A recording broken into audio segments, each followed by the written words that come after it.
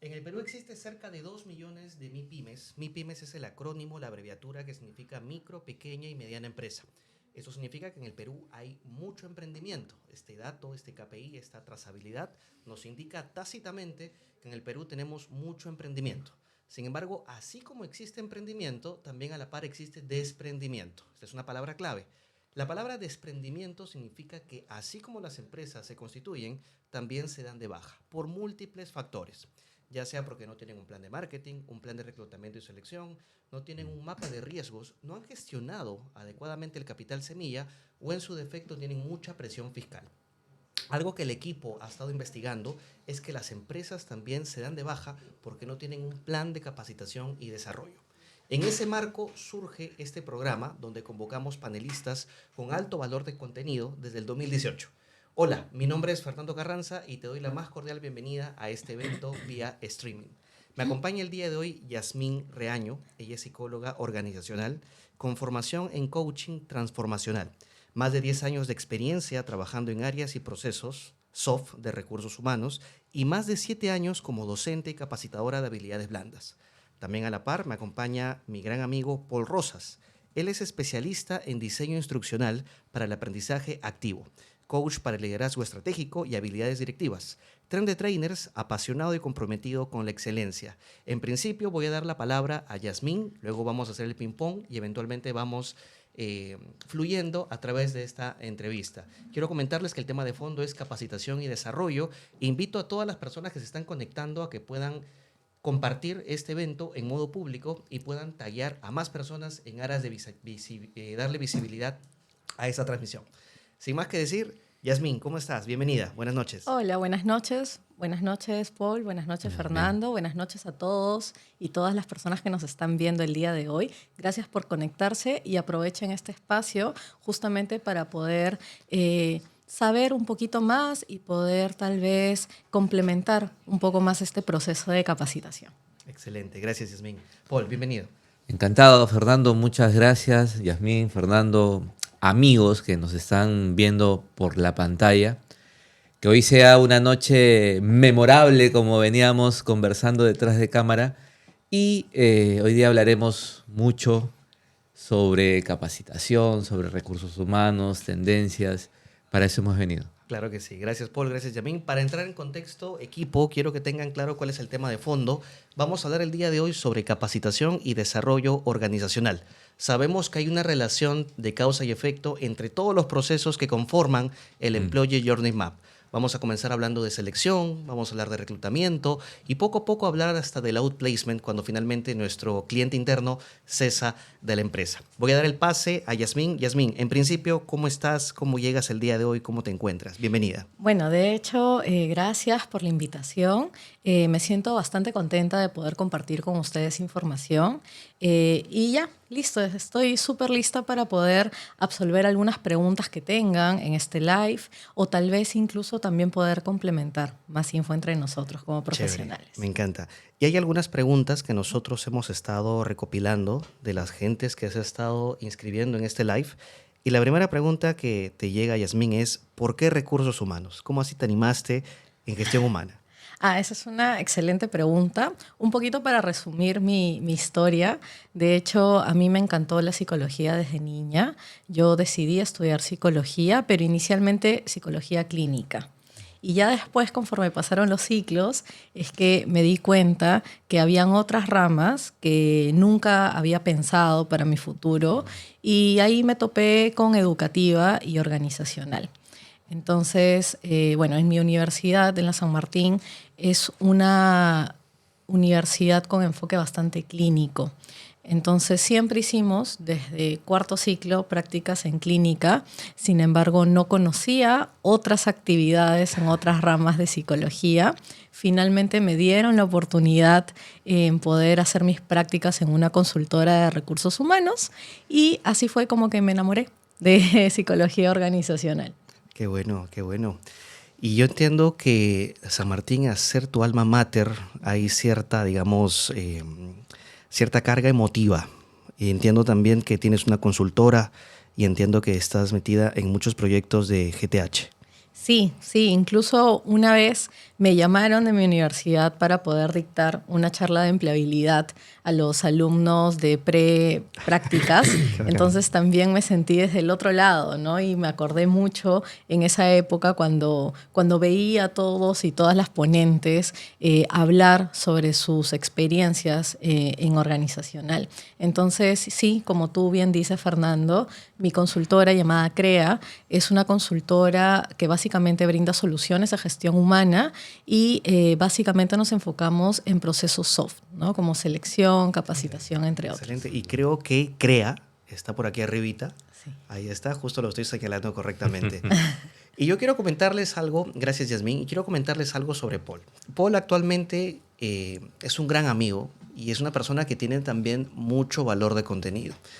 Él me entrevistó hace aproximadamente un año para poder yo trabajar en una empresa que se encarga básicamente de brindar cursos también. Entonces fuimos como unos docentes honorarios y él me entrevistó y yo nunca voy a olvidar la entrevista, Paul. Tú me hiciste preguntas end-to-end de la A a la Z y yo estaba palteado.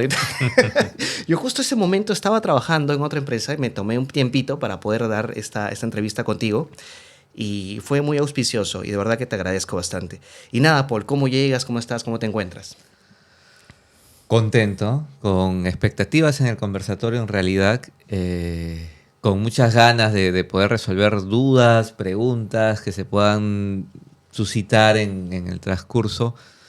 Pero la verdad que todo fluya, ¿no? Como debe de ser.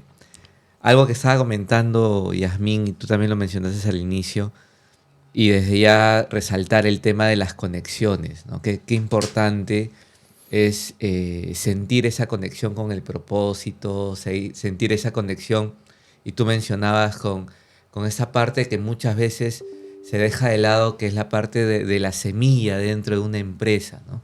Es decir, fuera de las órbitas, fuera del Olimpo, que estamos trabajando en el campo empresarial para seguir potenciando, seguir sacando futuros líderes. Estoy aquí muy, muy contento de poder conversar acá con toda la gente que se vaya uniendo también. Yo me quedo sorprendido, Paul, porque lo que he podido yo advertir es que dentro del contexto empresarial existe, digamos, muchos jefes. Y creo que es un tema bastante trillado, ¿no? Cuando uno habla de liderazgo, cuando uno habla de repente de habilidades blandas, Claro. siempre tenemos esa nominación de jefe, ¿no?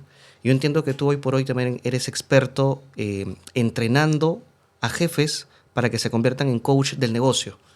Y entiendo que eso también Sí. parte de tu formación en coaching transformacional. Sí, en realidad mi formación, digamos, primaria dentro de la herramienta del coaching es la programación neurolingüística, PNL. el PNL. De allí ya me toco como suerte de estos estilos de liderazgo situacional y el transformacional. Y luego lo mío en realidad es un estilo de coaching con propósito. Porque muchas veces, y sobre todo cuando tenemos la oportunidad de liderar, todo líder de dónde parte, desde los miedos. Uno lidera desde los miedos. Claro. Y digamos que este fue el primer aprendizaje que yo rescaté cuando tuve la oportunidad de liderar. Le tienes miedo a todo. Es más, cuando tienes la primera oportunidad, ese primer, cuando te das cuenta que una cosa es tocar con cajón y otra con guitarra, no, porque cuando estás del otro lado, yo haría esto, yo haría lo otro, yo haría lo otro, y Sí, estás sí, dando sí. sugerencias y críticas, pero cuando realmente lo asumes, miedos por todos lados. Entonces, el liderar con propósito es justamente poder alinear para qué eres líder, ¿no? Por qué eres líder, fuera de las funciones que puedas tener, y alinear ese propósito con el propósito empresarial de la organización. Y a tu pregunta, pues sí, el tema transformacional, porque cada vez que tengo la oportunidad de mencionarlo, me quedo con ese estilo de liderazgo porque es el que surge desde el interior, ¿no? Si no hay una transformación real del líder, ¿qué vamos a hablar? ¿No? O sea, de qué habilidades estamos hablando, de qué clima laboral hablamos, de qué comunicación hablamos. de qué conexión, nuevamente regreso al tema de conexión, ¿no? De qué conexión con los demás hablamos. Y el ejercicio de liderarse a uno mismo para Claro. poder liderar a los demás también. Exactamente, liderar tu vida, como dicen, ¿no? Muy importante. Y yo me he dado cuenta, Yasmín, me he dado cuenta, Paul, que hoy por hoy en LinkedIn hay demasiada literatura en lo que es ser un buen líder, ser un arquetipo de líder, ser un referente de líder. Y es bueno, esto es auspicioso porque se está incentivando la labor de coaching dentro del ejercicio de liderazgo. Sí, claro, sí. Pero yo siempre digo esto y te lo digo por conocimiento de causa, así como hay que saber ser líder, hay que saber ser buen subordinado. También, claro. Y esta frase yo la replico siempre. Para poder dar órdenes, tienes que saber recibir órdenes. Porque hay mucha literatura acerca de ser un buen líder, el liderazgo de Maxwell. Pero no existe tanta literatura que le enseñe al subordinado per se cómo ser un buen subordinado, cómo acompañar a tu jefe. Eso es importante. Yasmín, te hago esta pregunta. Yo entiendo que tu fuerte es selección, entiendo que tu fuerte es reclutamiento, selección, sin embargo tienes conocimiento en diversas ramas del saber humano. Sí. Dentro de tus procesos de capacitación, ¿cómo gestionas una malla de capacitación? ¿Cómo identificas una necesidad formativa? De repente tienes el reto o el desafío de poder liderar una capacitación para personal de estructura. Me refiero a supervisores, me refiero a coordinadores, jefes, subgerentes, etc. ¿Cuál es el punto de partida para ti para realizar un buen proceso de formación? De hecho, el punto de partida para realizar cualquier tipo de capacitación es primero saber cuáles son las necesidades de ese grupo ocupacional o de esa área en particular a la que vas a capacitar. De hecho, hay muchos indicadores, muchos resultados, muchos análisis, números que puedes obtener en la empresa o en el área, ¿no? Como por ejemplo, una medición de clima laboral, ¿no? Por ejemplo, sí, o también los KPIs, cómo va el desempeño de los líderes, los colaboradores o el área en particular que quieras capacitar. También incluso puedes hacer un pequeño focus group con esa área, ¿no? O también puedes hablar con los jefes o con los líderes de esos jefes para saber qué es lo que están necesitando y también hablar con las mismas personas a las que tú vas a capacitar para saber qué es lo que necesitan, ¿no? Y en base a toda esa información que tú puedas recopilar, hacer un match y poder ver exactamente cuáles van a ser los topics o las habilidades que vas a poder capacitar. Excelente. ¿Te das cuenta, Paul, que muchas veces el tema transversal del DNS, del diagnóstico de la necesidad formativa, muchas veces parte de lo cualitativo y lo cuantitativo? Entonces, tú has mencionado ambos, lo cualitativo y lo cuantitativo. Exacto. Y ahora, chicos, para ambos, porque de igual manera esto es una conversación y es más, voy a tomarme este tiempo para decirle a las personas que el día de hoy nos está acompañando Yasmín Reaño y Paul Rosas y el tema de fondo es capacitación y desarrollo. Te vamos a dar tips y hacks de poder para que puedas liderar procesos formativos con valor de contenido y con ese retorno, con esa conversión, porque muchas veces dentro del área de formación nos toca tangibilizar lo intangible. A veces nos suelen preguntar cuáles son los KPIs de capacitación, Yasmín ya lo mencionó, y nos suelen preguntar muchas veces cómo tangibilizamos lo intangible, porque una capacitación per se muchas veces es subjetiva. ¿Cómo lo convertimos eso a un número? Y esta es una pregunta para ustedes. Igual, equipo que nos están viendo, que nos están escuchando, los invito a que puedan compartir este live en modo público, etiquetar a las personas que necesiten conocer más sobre capacitación y desarrollo y también a la par acompañarnos con sus comentarios. Entonces, mesa abierta. La pregunta es esta. ¿Cómo tangibilizamos lo intangible? Que siempre nos hacen esa pregunta. ¿Cómo nos llenamos de KPIs dentro del área de formación? Paul. Mira, hoy día mucho se está hablando ya de el aprendizaje ágil. Mira. Ya, dentro de lo que es el aprendizaje ágil, que no hablo de la habilidad, ¿no? Sino de la forma, de la metodología para dar agilidad en la parte formativa. Se habla mucho también del microaprendizaje y estas plataformas learning. Y ahora con la inteligencia artificial han personalizado la capacitación, ¿no? Según la competencia, según el perfil. Entonces, uno de los indicadores en este marco que estoy dando es justamente eso. Las horas que tú revisas la plataforma, según la asignación de capacitación recomendada o asignada, ¿no? ¿Cuántos cursos has llevado? ¿Cuántos cursos llevas cumpliendo? Eso podría ser una. De hecho, claro, uno de los más grandes retos que tenemos en recursos humanos, sobre todo en las áreas soft de recursos humanos, es cómo puedo cuantificar lo que estoy logrando, ¿no? Porque, por ejemplo, al menos en la parte hard, que ve planillas, que ve remuneraciones, que ve compensaciones, que son áreas más de números, sí se puede contabilizar mucho más rápido, ¿no? Sí se puede tangibilizar con resultados más rápidos. Pero la parte soft siempre es cuestionada por eso, ¿no? Entonces, ¿cómo yo puedo medir el impacto? Aparte de lo que acaba de mencionar Paul, también hay como que dos enfoques dentro de esta medición, ¿no? Uno por el lado de que de los resultados que se obtuvo dentro de la capacitación, pero resultados, por así decirlo, como resultados internos para el área de capacitación, pero también está el otro enfoque, que son los resultados externos, o sea, hacia nuestros clientes internos o hacia los clientes en general que nosotros estamos capacitando. Entonces, si nos vamos un poquito más al lado de resultados internos para la propia área de capacitación o recursos humanos, como bien dice Paul, podemos medirlo a través de encuestas de satisfacción, podemos medirlo con ausencias o cuántas personas asistieron, ¿no? También lo podemos medir con exámenes, evaluaciones.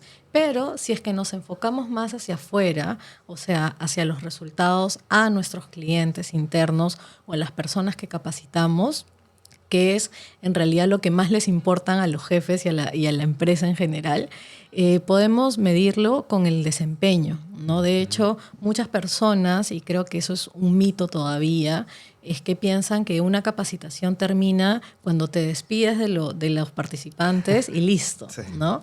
Y no es así. Una capacitación nunca termina porque en realidad cuando termina la sesión de capacitación, tú vas a empezar a hacer seguimiento de los resultados. Obviamente, dependiendo de las habilidades que tú capacites, no vas a hacer seguimiento a los días o a la semana o a la primera semana, ¿no? Probablemente este seguimiento vaya a ser al mes o a la quincena o mucho más allá dependiendo de qué habilidades y cuánto te haya demorado hacer esta capacitación. Importante. Y dentro de tu DNC, inclusive, que es la planificación, hay que ver cuáles son los indicadores que se van a golpear. Usualmente, Yasmín, y creo que tú también, Paul, yo, por ejemplo, faseo todos mis procesos formativos con PMO, que es la planificación, la ejecución y el seguimiento. Y creo que también hay indicadores transversales de capacitación, igual yo los voy a soltar a viva voz, sin embargo las personas que nos están viendo y escuchando puedan replicarlos. Hay un indicador muy vedeteado que es el NPS. Sí, hay otro indicador que es la tasa de aprobación, la tasa de certificación, la tasa de abandono. La frecuencia de capacitación también es muy importante. Y hay unos otros indicadores que tienen que ver ya más con el retorno de la inversión, ¿no? Hay algo que yo siempre busco que en el proceso de capacitación se identifique, al margen de los skills, al margen de las habilidades, al margen de los bullets, se trata de identificar cuál es el objetivo de aprendizaje. Y de una vez que nosotros identificamos el objetivo de aprendizaje, ver también la trazabilidad.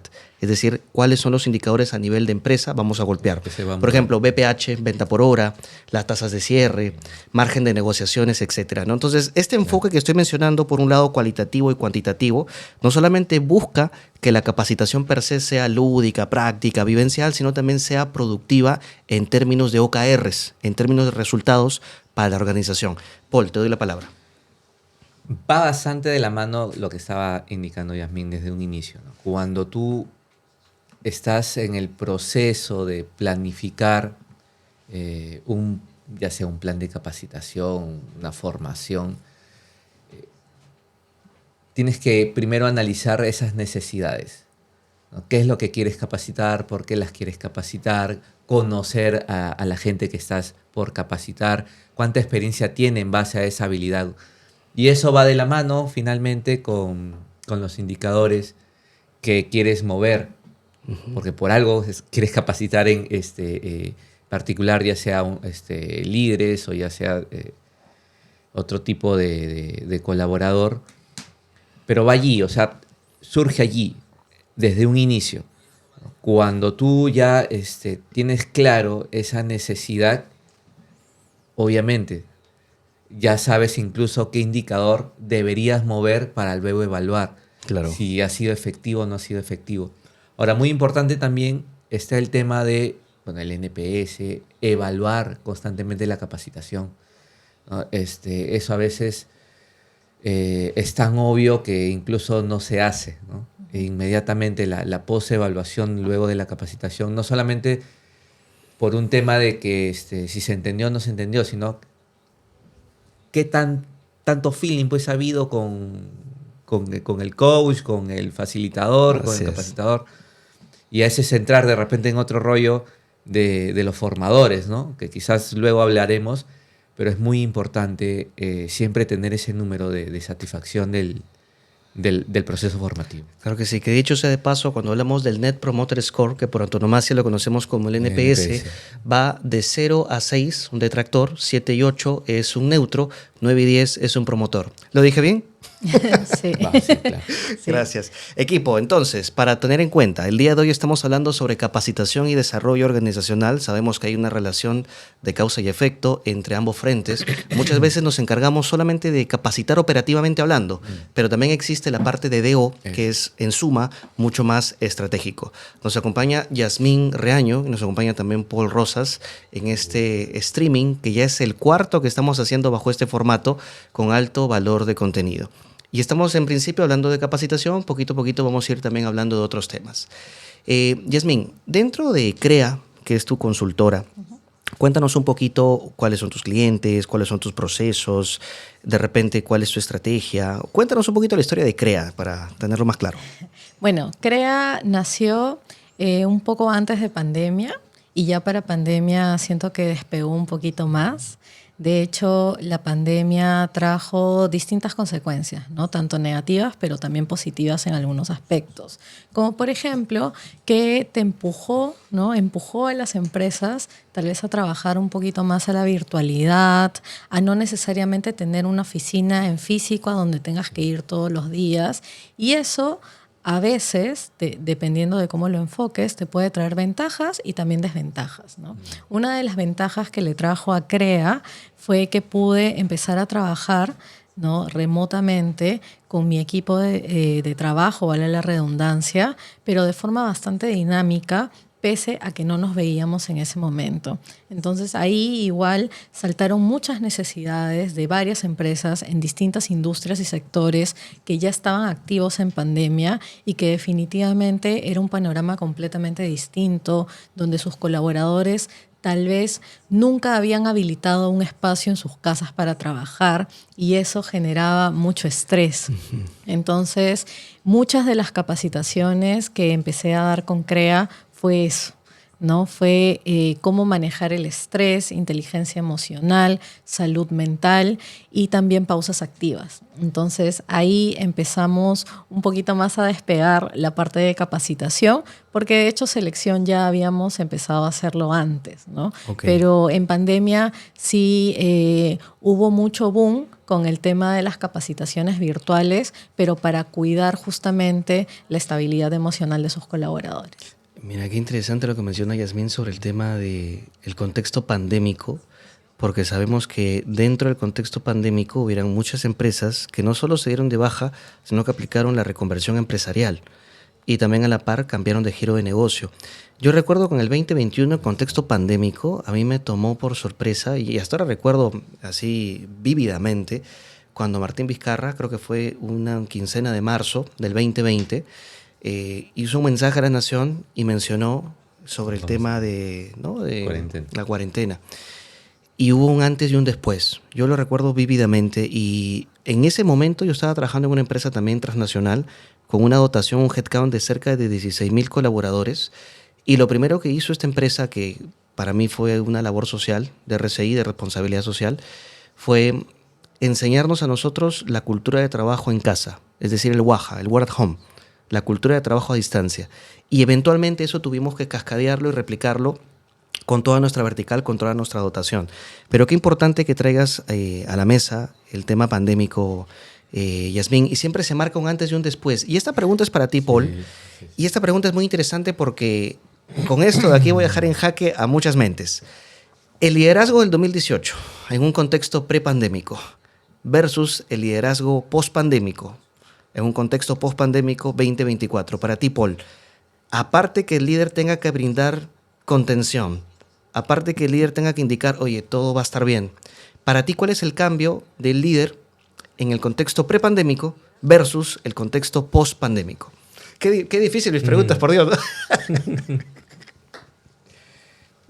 Bien, hay muchos factores en realidad, porque tenemos que revisar el liderazgo remoto, ¿no? En un entorno remoto, en un entorno presencial. Acuérdate que incluso hoy por hoy hay mucho terror y temblor cuando se habla de mandar remoto a la gente, ¿no? Pero eso está básicamente por tu capacidad de liderazgo, de gestión y de confianza en el equipo y cuánto has trabajado esa forma de trabajo. Ya, por un lado está el tema de la gestión.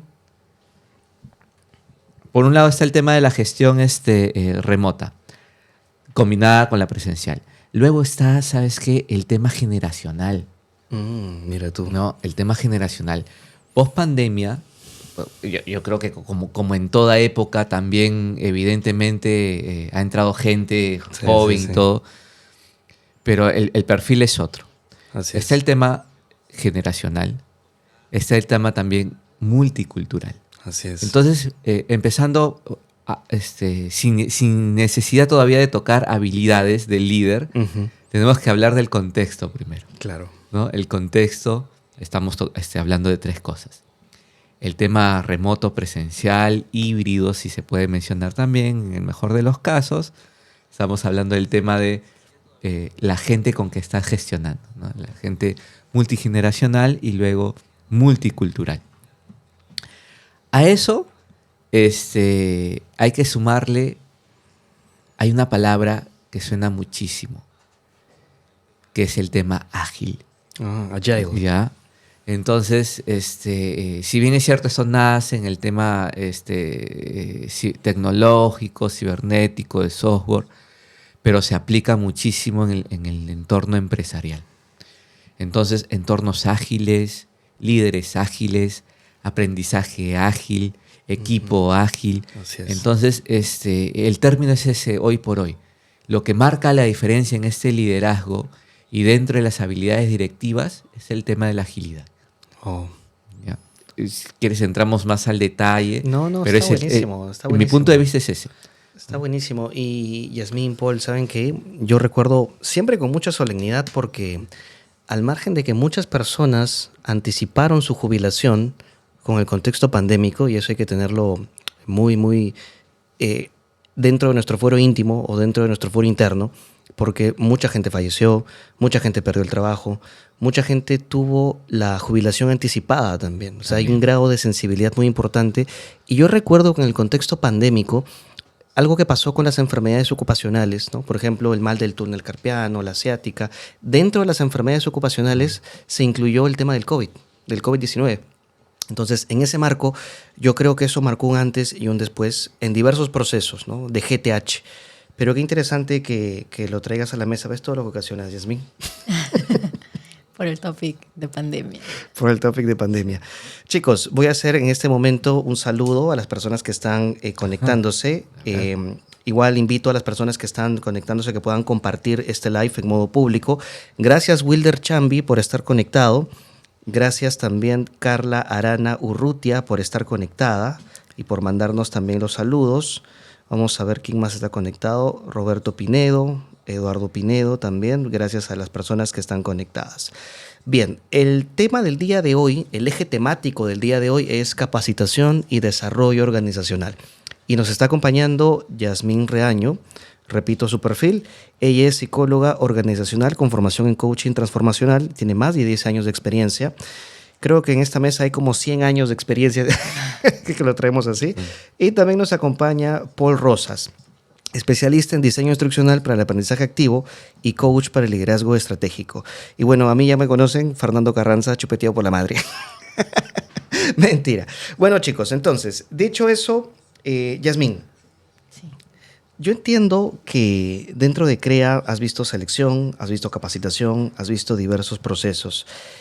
Y ahora sí, para retroceder un poquito, ¿cuál es la relación de causa y efecto entre selección y capacitación para ti? En realidad, estas dos áreas o dos procesos, dependiendo de cómo esté estructurado en la empresa, van de la mano, ¿no? Incluso por eso muchas empresas, el área de capacitación, si la tienen separada, selección, capacitación también ve inducción y onboarding. Entonces, si es que es así y si se dan cuenta, primero empieza un tema de selección, de reclutamiento, pero después inmediatamente continúa inducción y onboarding. Entonces, todas las áreas en realidad de recursos humanos están unidas e interactúan entre sí, pero más, sobre todo, selección y capacitación. Sí, y sabes que, Yasmín, sabes que, Paul, yo he notado que en muchos casos, cuando, por ejemplo, hay masividad de procesos, no existe un proceso de selección per se, solamente existe un proceso de reclutamiento como tal, pero no hay ese binomio de oro o no hay ese, digamos, ese maridaje. Maridaje viene de marido, ¿no? Entre selección, perdón, entre reclutamiento y selección, solamente reclutamiento por la masividad. Pero qué bueno que lo menciones, Yasmín, porque también podemos hablar de los riesgos operacionales, que es el famoso efecto dominó, ¿no? Por ejemplo, yo hago un mal proceso de reclutamiento, hago un mal proceso de selección, hago un mal proceso de capacitación, que es lo que va a decantar la bola de nieve, el efecto dominó, ¿no? Que esta persona llegue finalmente al área donde se le ha convocado y no cumpla con sus objetivos. Y ahí te pregunto a ti, Paul, yo sé que también tú, de manera multitask, ¿no? Has visto diversos procesos de GTH. Para ti, ¿cuál es la relación de causa y efecto entre reclutamiento, selección y capacitación? Yo creo que el punto importante y crucial, y creo que el otro día lo estábamos comentando, es primero darse pues el tiempo y espacio, ¿no? O sea, es decir, el tiempo para poder reclutar, seleccionar, capacitar a un nuevo miembro. Pero antes de eso, darse el tiempo de tener claro el perfil. Yo sé que a veces hay mucha necesidad, mucha presión de que para ayer tiene que estar Sí. la plaza cubierta. Esa es la tendencia, ¿no? Pero cuando hay eso, ¿qué ocurre? A veces tienes a la persona ahí en la plaza cubierta, pero la persona ni siquiera tiene la computadora para poder trabajar, ¿no? Por tanta presión, por tanta Sí. necesidad, y incluso adicional el tema de reclutamiento, selección, capacitación, están las otras áreas que contribuyen con la inserción del nuevo colaborador. Así es. Pero yo creo que si hablamos desde un inicio, y aquí Yasmín podrá mencionar, creo que el primer paso a hacerlo es el perfil. Si tú no tienes claro el perfil, no va a haber esta unidad, esta sinergia entre reclutamiento, selección y luego capacitación. Así es. Y no solamente la parte de perfil, que es la DP, ¿no? La descripción del puesto, sino también la matriz de competencias, el diccionario de competencias, y creo que hay grandes referentes al respecto, ¿no? Marta Ales y sus derivadas.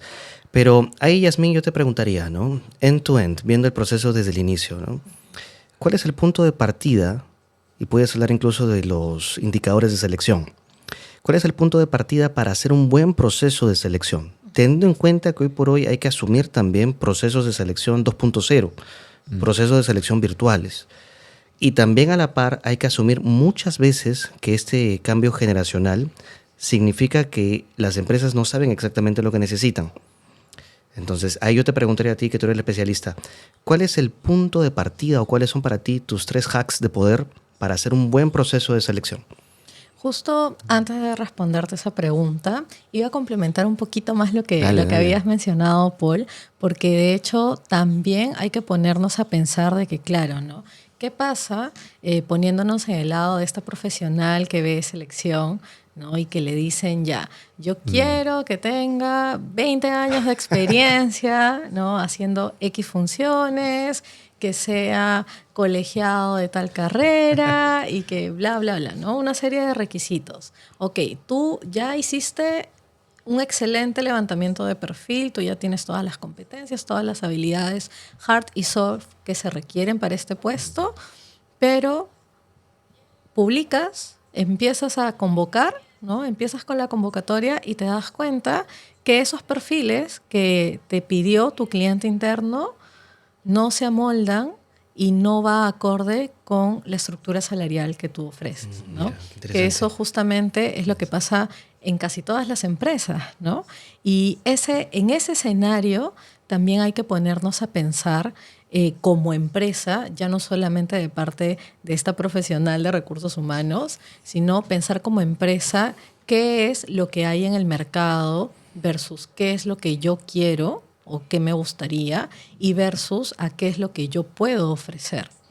Entonces, tú vas a ver en esta brecha, ¿no? Una amplia brecha de necesidades con estos tres panoramas y ahí es donde van a surgir probablemente muchas necesidades de capacitación, porque justamente tu perfil va a bajar un poco más, ya tus requisitos van a bajar un poquito más, ya no vas a ser tal vez tan exquisito con estos requisitos o tan indispensables porque te vas a dar cuenta de que nadie se va a moldar a esto, ¿no? Entonces ahí también surge mucho el tema de capacitación, cuando te das cuenta de esto realmente.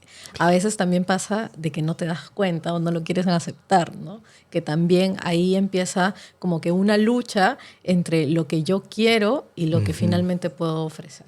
Y tener en cuenta siempre que no hay empresa perfecta, no hay jefe perfecto, no hay cliente interno perfecto y tampoco hay candidato perfecto, ¿no?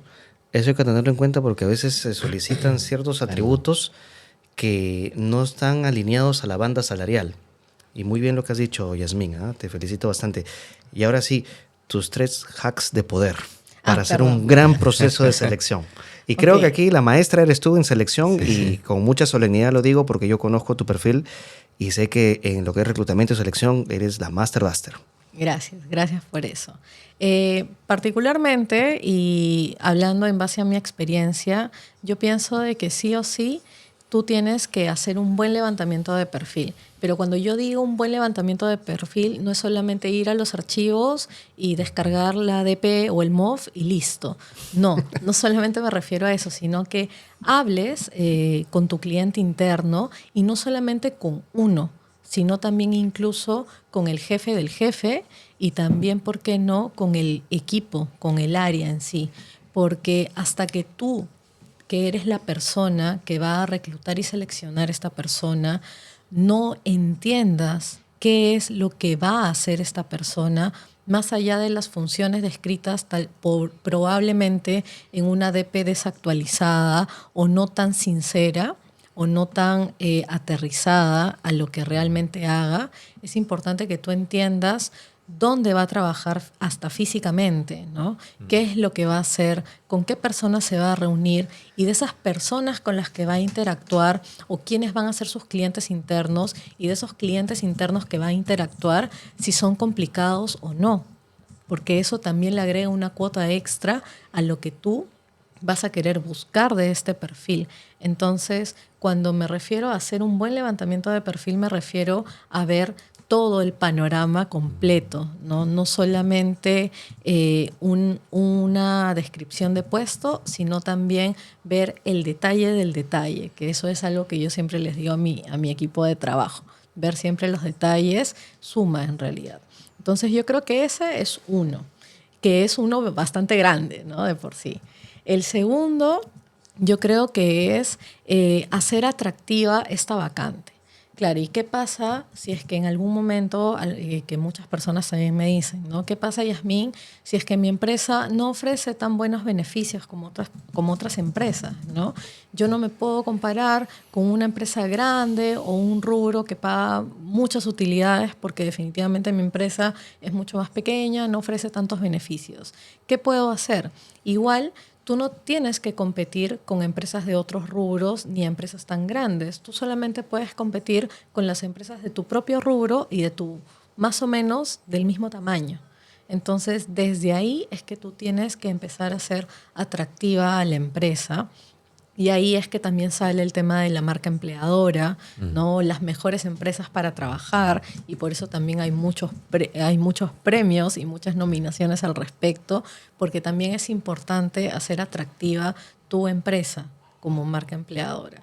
Esa es la segunda. Y la tercera, finalmente, hacer buenos filtros, ¿no? Buenos filtros a nivel curricular, filtros a nivel telefónico y sobre todo filtros también a nivel de entrevistas y evaluaciones. Está buenísimo. Lo sintetizamos de esta manera. El top 3. Levantamiento de perfil, hacer atractiva la vacante a través de un employer brand y buenos filtros. Paul, voy a estar contigo en breve, comentarles que tenemos varias personas conectadas y hay varias preguntas al respecto de reclutamiento y selección. Gracias, Natalie Alarcón Marín, por estar conectada. Te recuerdo del diplomado de GTH que dicté. Gracias por estar presente.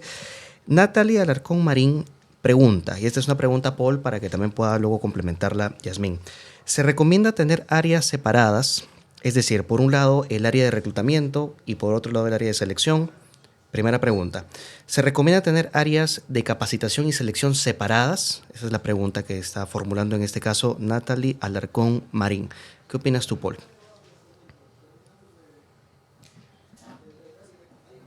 Si bien es cierto, tienen relación y tienen que trabajar juntas, ¿no? Lo ideal es que, bueno, bajo mi punto vamos a ver lo que dice Yasmín, bajo una misma dirección, ¿no?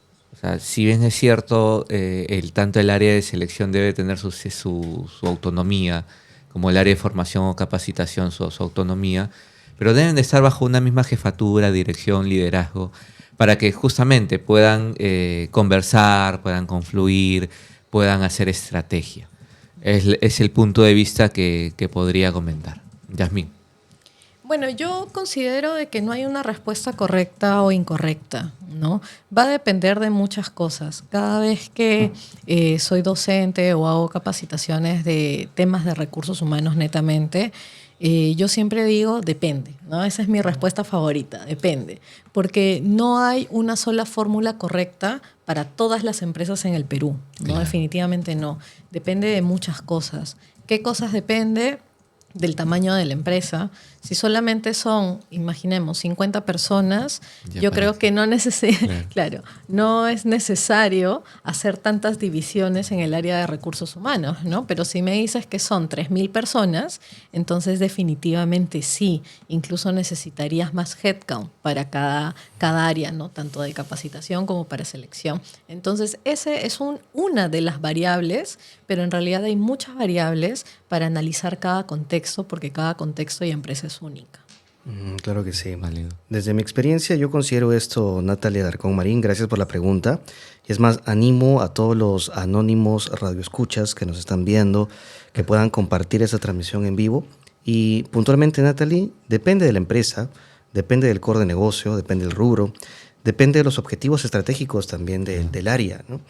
Nosotros, por ejemplo, dentro de una MIPYME ya lo habíamos conversado, el acrónimo de la micro, pequeña, mediana empresa, muchas veces existen obligaciones laborales que están en función a la modalidad societaria de la organización. Entonces, por eso siempre hay que tener en cuenta estos factores. Muchas veces, para poner en contexto, cuando hablamos de recursos humanos, estamos hablando de un departamento per se, y este departamento está conformado por diversas áreas, porque hay una relación de parte-todo, ¿no? Y yo siempre digo esto, ¿no? La suma de las partes es más grande que el todo, ¿no? O sea, todas las áreas que conforman el departamento de GTH deben hacer sinergia. Y repasemos rápidamente, ¿cuáles son las áreas que conforman GTH? Tenemos reclutamiento, selección, capacitación, administración de personal, salud y seguridad en el trabajo, comunicación interna, marketing interno, tenemos capacitación operativa y por otro lado capacitación y desarrollo.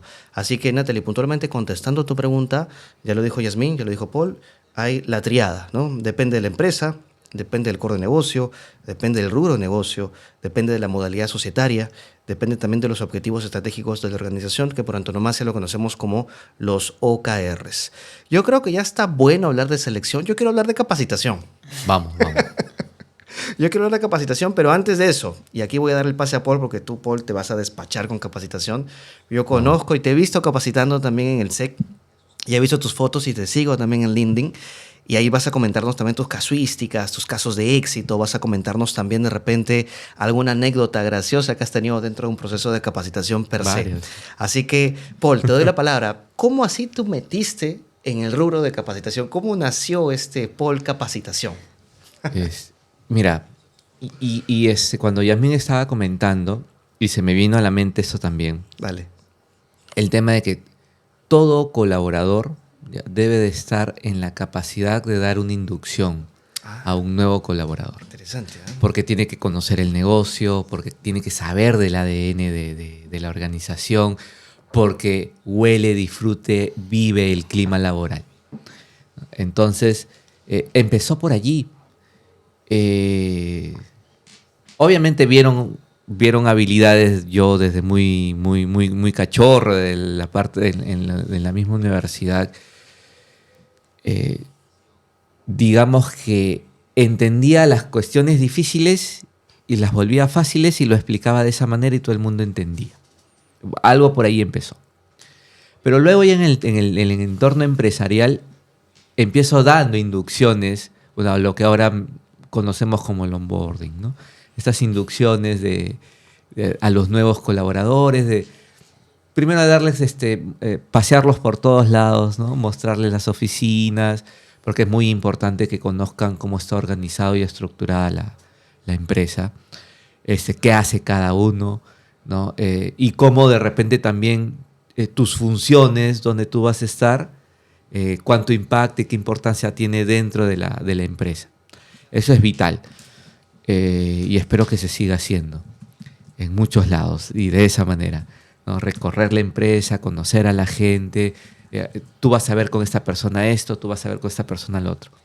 Entonces así empezó en realidad. Mira. Luego ya por el 2011, 12, 13,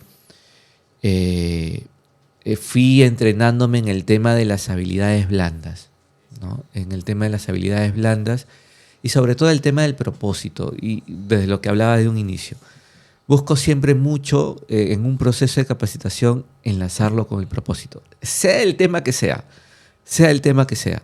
porque si nosotros no encontramos un sentido en las cosas que hacemos y sobre todo en el entorno de las habilidades blandas, Así es. ¿qué sentido tiene? ¿Qué sentido tiene? Y yo quiero, digamos, retrotraernos un tanto, ¿no? Quizás somos coetáneos, somos coterráneos todos, pero coetáneos me refiero a la misma edad. Yo recuerdo que en la década de los 90 no había o no existía el área de capacitación per se. Y aquí las personas que me están viendo, los radioescucha, van a poder dar fe de ello, ¿no? Antes, ¿cómo era el proceso de capacitación, ¿no? Había un reclutador en la puerta, te decía, a ver, pestañea, respira, mueve los ojos, bienvenido a la empresa, ¿no? Inmediatamente tú ingresabas a la empresa y comenzabas con el famoso 70-20-10, ¿no? Todo lo aprendías en la misma operativa. Pero poco a poco esto ha ido cambiando, ¿no? No solamente ha cambiado el tema del sueldo, el sueldo básico. Ustedes recordarán que el sueldo básico llegó a ser 500, 550, 700 y pico, 800, 900. Y no solamente ha cambiado esto a nivel organizativo, sino que ha cambiado también a nivel de áreas, ¿no? Yo siempre recuerdo que cuando hablábamos de capacitación era algo más de aprendizaje dentro de la empresa. Sin embargo, hoy por hoy existen áreas, existen especialistas en aprendizaje, existen especialistas en andragogía, porque una cosa es pedagogía y otra cosa es andragogía.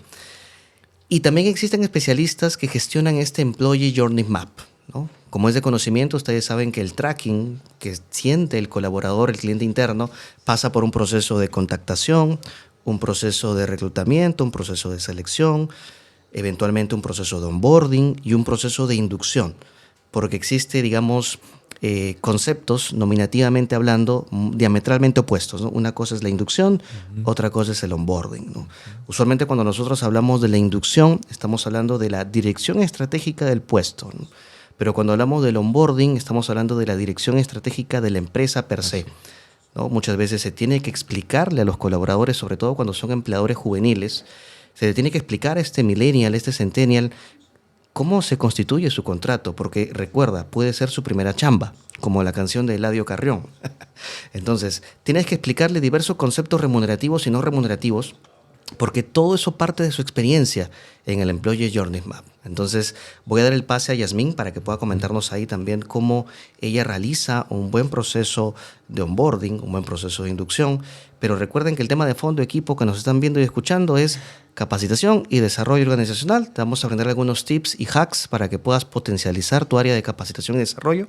Y como siempre decimos, comparte este live en modo público y te invitamos a que puedas preguntarnos, porque tenemos por un lado a Paul, que tiene harta experiencia, y por un lado Yasmín, que es también consultora y gerente general de CREA. Yasmín, te doy la palabra. Para ti, ¿cuál es la principal diferencia entre un proceso de inducción y onboarding?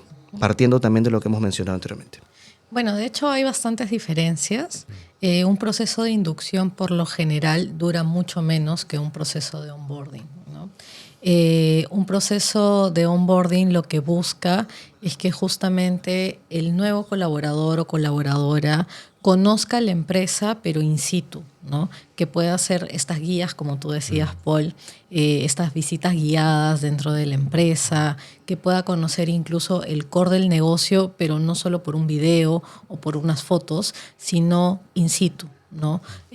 Por ejemplo, si es que es una empresa industrial, que pueda ir a visitar la fábrica, que pueda ver a las personas trabajando o cómo es la línea, ¿no? de trabajo dentro de una fábrica, en qué áreas hacen qué cosa, cuál es el fin o cuál es el objetivo de que justamente el core exista, cuál es el objetivo o cuál es el fin de que estas personas estén realizando este trabajo, ¿no?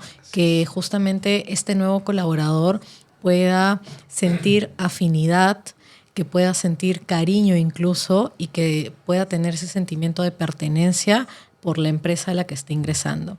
Entonces, un proceso de onboarding, de hecho, es tal vez mucho más profundo y por lo tanto dura más. En cambio, un proceso de inducción, por lo general, es algo más corto. La mayoría de empresas, por lo general, dura hasta el mediodía, ¿no? Y ya después se van a almorzar y nos olvidamos un poquito del tema de la inducción. Y básicamente les muestran videos, fotos, les entregan los manuales y las normas dentro de la empresa, los reglamentos internos, ¿no? Pero el proceso de onboarding es mucho más profundo. ¿Cuál recomendaría yo? Si es que alguno o alguna tiene esta pregunta, en realidad depende, ¿no? Depende porque también hay que contemplar el tema del presupuesto, ¿no? Eso también es importante. No todas las empresas manejan el mismo presupuesto para inducción y onboarding.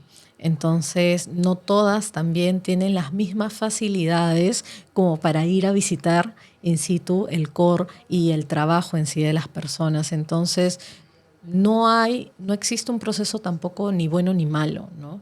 Los dos, tanto inducción como onboarding, pueden ser buenos, dependiendo también hasta dónde tú puedas llegar y qué herramientas y cuánto presupuesto te den. Ahora, aquí, por ejemplo, yo comentaba mi experiencia, ¿no? Desde que tuve la oportunidad de estar en una empresa así, algo grande, nos hicieron embajadores de la marca, ¿no? Y como embajadores que dábamos estas inducciones de bienvenida o onboarding, buddies, ¿no? Entonces, eso ayuda bastante. Porque tú mencionas, Yasmín, el tema del sentido de pertenencia, ¿no? El objetivo de hacer este proceso primario de acercamiento del individuo con la empresa. Pero para generar ese sentido de pertenencia tiene que ver a gente comprometida, tiene que ver a gente enamorada, tiene que ver a gente que diga, vale la pena venir un lunes a trabajar aquí, y con una sonrisa enorme, ¿no? Entonces, ¿dónde he llegado? ¿No? He llegado al lugar correcto, me siento, desde que veo a esa persona que me está haciendo este proceso, esta inducción, y por eso yo digo, o sea, todos debemos de estar en esa capacidad de poder ser embajadores de la marca donde estemos. Y tiene mucho que ver, cuando hablamos del sentido de pertenencia, el yo sentirme parte de un lugar, tiene mucho que ver con el tema del ADN, y caemos, y me imagino que luego vamos a conversarlo, del clima laboral. También. ¿No? Del clima laboral. Tú mencionabas, hoy se habla mucho de un buen lugar donde trabajar. Es más, hay todo un estándar de calidad, hay una encuesta detrás de ello, hay un trabajo arduo que se hace detrás de un proyecto de mejora del clima laboral, se trabajan muchas cosas.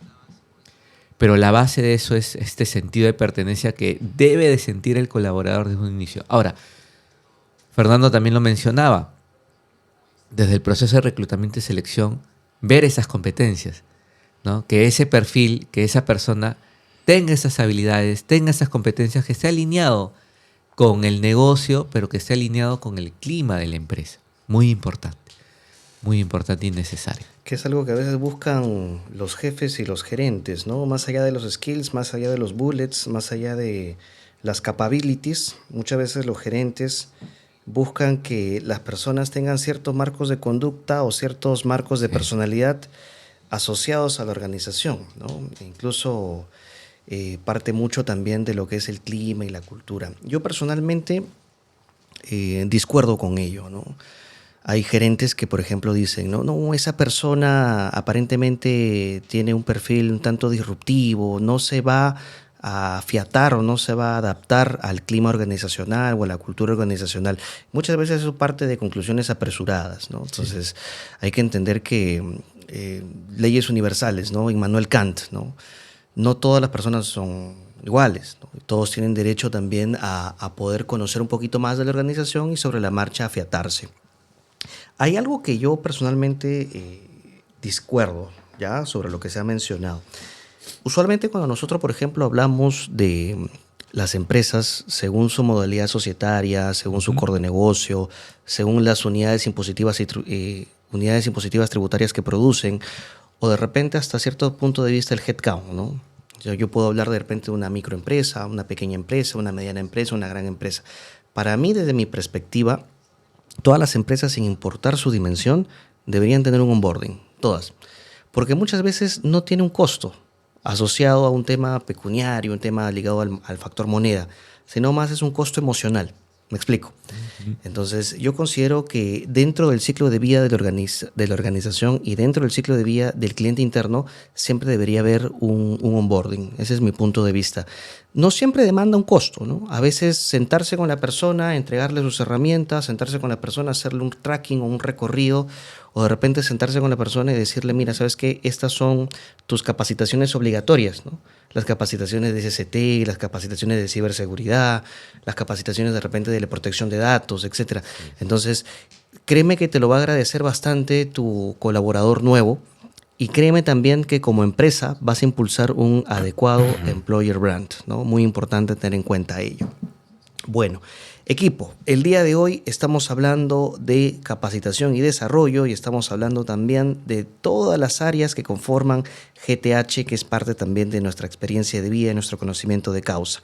Nos acompaña Yasmín Reaño, nos acompaña también Paul Rosas, grandes amigos, y dentro de este tracking o dentro de este recorrido ya hemos hablado de reclutamiento, ya hemos hablado de selección, estamos hablando ahorita del onboarding, de la inducción y sobre capacitación per se. Y Yasmín, ahí te doy la palabra. De repente quieras compartir alguna anécdota, alguna casuística, algo que de repente por ahí te ha pasado en un proceso de capacitación. Yo les cuento brevemente una anécdota, ¿ya? Usualmente, cuando nosotros hablamos, por ejemplo, de la primacía de la realidad, la primacía de la realidad es un principio del derecho laboral, como es de conocimiento, ¿no? Muchas veces los procesos de capacitación van dentro de una firma de contrato, que sería lo habitual, ¿no?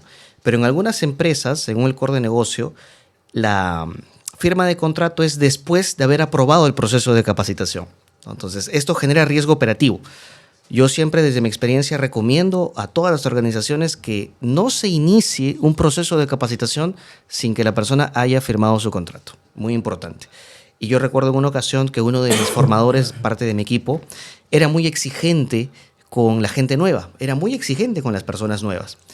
Y en una ocasión un candidato le dijo, pero ¿por qué me exiges tanto si yo todavía no he firmado contrato? Entonces ahí nos retrotrajo un poco a lo que era la primacía de la realidad. Y así como esta hay muchas anécdotas que vamos a ir compartiendo poco a poco. Yasmín, te doy la palabra.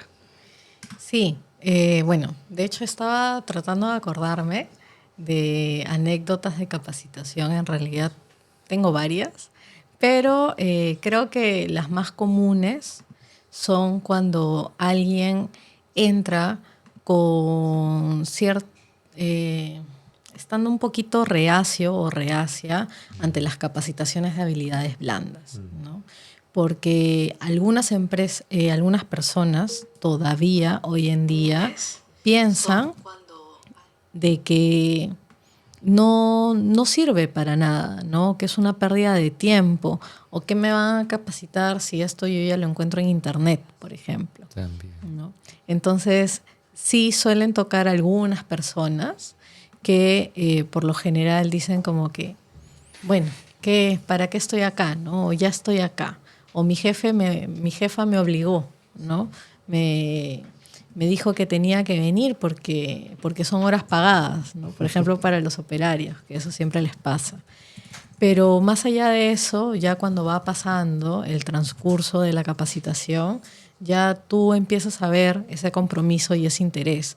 También depende mucho, ¿no? Eso, por ejemplo, les va a pasar a muchas personas que capaciten, que al inicio tal vez vas a encontrar personas reacias ante los temas que tú puedas dictar, pero también va a depender mucho del capacitador o capacitadora, cómo afronta esta situación, cómo los motiva, cómo les genera interés y sobre todo cómo los compromete con el tema.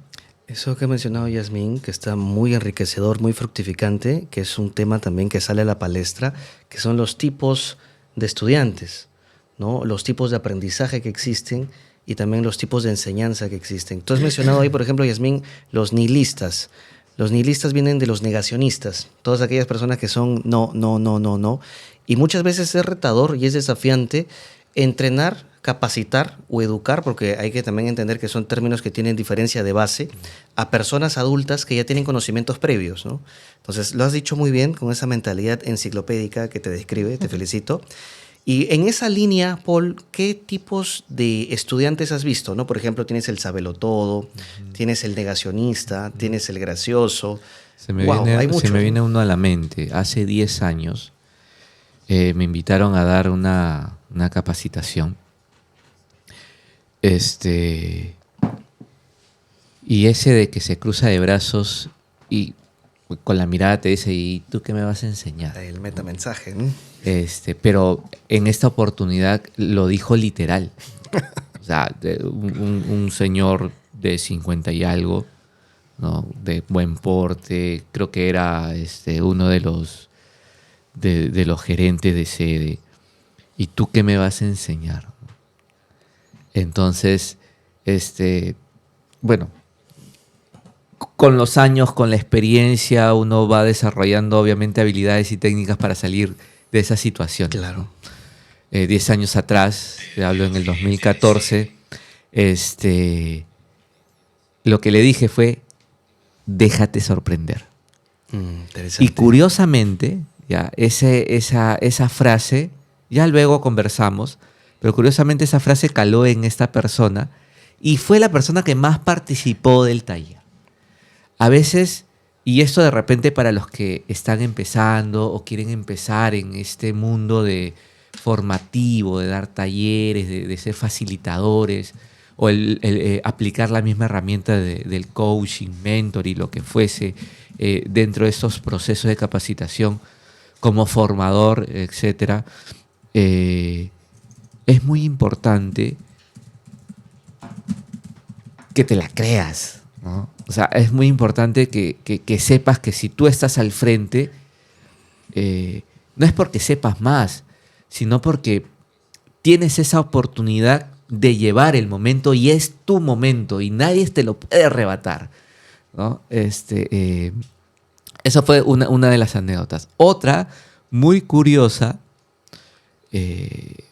voy a un aula a capacitar, empiezo la capacitación, pasados los minutos me di cuenta que era un aula incorrecta, ¿no? Entonces, 2 anécdotas como para comentar, ¿no? Bueno, tuve que cortar ahí más la capacitación porque venía otra cosa. Ya les dije que por cosas del destino habían tenido la oportunidad estos 10 minutos de disfrutar de una capacitación como esa, que de repente en otro momento, rochezazo, pues, y salí, me fui al otro salón que ya tenía 15 minutos de retraso, ¿no?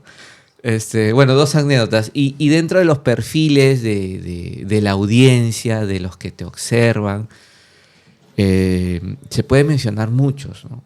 Así es. Yo dentro de las capacitaciones, de talleres que se puedan dar, he dado talleres de oratoria.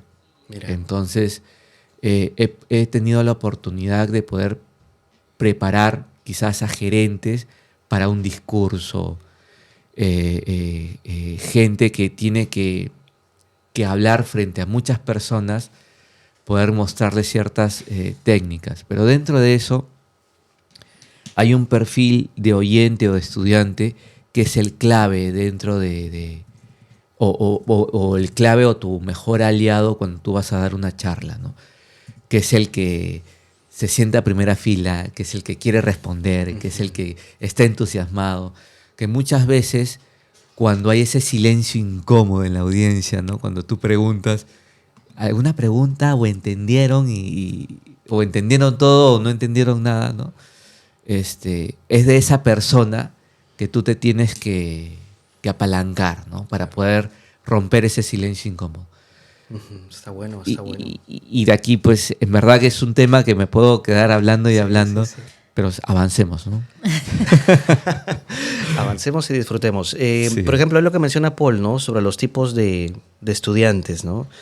Y justo has mencionado el entusiasta, ¿no? Que muchas veces es la persona que te apoya, pero existe también el otro perfil que has Sí, mencionado, claro. que es el negacionista o la persona que hasta cierto punto te desafía, ¿no? Usualmente la estrategia es empoderarlo, ¿no? Empoderarlo para que esta persona, a fin de cuentas, pueda también aportar o enriquecer un tanto la sesión, ¿no? Que es también importante. Y algo mencionaste de la oratoria, y ahí, Paul, yo soy anti-oratoria. ¿Sabes por qué te digo? Porque, y esto lo aprendí de Guillermo Yacosa.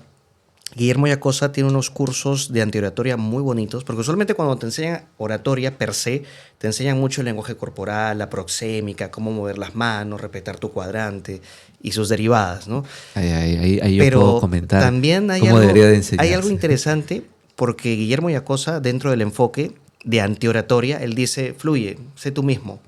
Tal cual. Porque a veces es como que un poquito cuadriculado, ¿no? Sí. Pero lo que él busca es eso, y Guillermo Yacosa es mi mentor. Espero que algún día pueda estar aquí también sentado. Y mencionaste Sí. también las diferencias de base entre entrenamiento, capacitación e instrucción. Eso es muy importante también recalcarlo, ¿no? Porque a veces la gente suele confundir o suele utilizar términos indiscriminadamente, ¿no? Una cosa es capacitación, que usualmente está ligado a, vamos a ponerlo, conocimientos.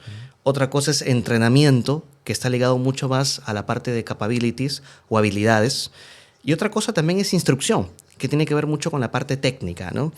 Algunos autores suelen decir que el entrenamiento tiene que ver también con la dosificación de horas lectivas o la dosificación de horas cronológicas, pero eso ya será conversación de otro momento. Dentro de este tracking, para seguir avanzando y recapitular, estamos viendo contactación, reclutamiento, selección, inducción, onboarding, hemos visto capacitación y ahora hablemos un poco de desarrollo organizacional para seguir en este tracking. Y aquí hay algunos temas que tú puedes también enfocarte, Yasmín: clima, cultura, evaluación de desempeño. Y es bien enriquecedor esta parte soft, ¿no? Las EDDs, las evaluaciones de desempeño, 90 grados, 180 grados, 360 grados, el 9box también, que es tan rico, tan importante. Los planes de sucesión, ¿no? De repente a través del LIS. Y ahí yo te quisiera preguntar, Yasmín, dentro de tu experiencia en DEO, ¿qué puedes comentarnos? Bueno, de hecho, en evaluaciones de desempeño o desarrollo del colaborador, también es un proceso bastante amplio, no es un proceso inmediato, de hecho toma tiempo y se trabaja en realidad a mediano y largo plazo, ¿no? En realidad se usan muchas herramientas para poder medir el desempeño, pero hay dos diferencias, ¿no? Cuando tú hablas de evaluación de desempeño, te tienes que enfocar, hay algunas personas que solamente se enfocan en que esta persona haya obtenido buenos resultados o buenos indicadores, o si es que es, por ejemplo, un área comercial que haya logrado sus objetivos de venta. Pero la evaluación de desempeño es mucho más allá de eso, ¿no? También está el otro enfoque, que es justamente cómo se desenvuelve esta persona a través de competencias que vayan alineadas con la empresa. ¿no? Entonces, por eso que cuando tú armas un formato de evaluación de desempeño, tienes la opción de agarrar uno que ya está creado, pero también tienes la opción de crear tu propio formato de evaluación de desempeño. Y cuando creas este formato de evaluación de desempeño o adaptas este formato, sí es importante no solamente medir parte hard o parte técnica o parte de performance de la persona en sí, sino también evaluar la parte soft, ¿no? ¿Qué tantas conductas van alineadas o qué tantas actitudes van alineadas a las competencias de la empresa, que por lo general suelen estar alineados con los valores corporativos? Y ahí parte también de entender esta ecuación, ¿no? Los datos se convierten en información y la información se convierte en toma de decisiones. Exactamente. Y muchas veces esta ecuación, este trinomio, este triunvirato nos permite en un futuro los famosos planes de carrera o el plan carrera. Y ahora yo te pregunto, Yasmín, en esa línea, para que puedas también comentarnos, con esta mentalidad enciclopédica que te describe, y lo digo porque yo lo he vivido, lo he visto en una mesa similar hace un año, creo que exactamente un año, Sí, más o menos. aproximadamente, yo tuve la oportunidad de conversar con Yasmín y conversar también con otro grupo de profesionales, y la persona que más destacaba eras tú, tanto por tus conocimientos en la parte soft y en la parte hard de GTH. Entonces, en esa línea, estamos hablando de EDD ahora, para entrar en contexto, la de 90 grados, la de 180 grados, la de 360 grados, el 9box y sus derivadas. Yo te preguntaría, Yasmín, ¿qué determina que podamos utilizar una EDD o un sistema de evaluación de desempeño como RADME, como Mandú, como Creana, o de repente podamos utilizar un formato de Excel, utilizar de repente una herramienta más localina, metropolitana? Para ti, ¿qué es lo que determina que podamos utilizar el modelo A o el modelo B? En realidad determina el contexto de cada empresa, ¿no? Yo siempre digo eso, porque todas las empresas, o bueno, ninguna empresa tiene el mismo presupuesto. Tu gerencia de recursos humanos no te va a dar el mismo presupuesto al área que se encarga de desarrollo de personal. También depende mucho de qué tan grande es la empresa o cuántos colaboradores tenga. Definitivamente, si es que tú tienes 20 colaboradores en la empresa, podrías hacer algo mucho más aterrizado para cada puesto y cada persona, ¿no?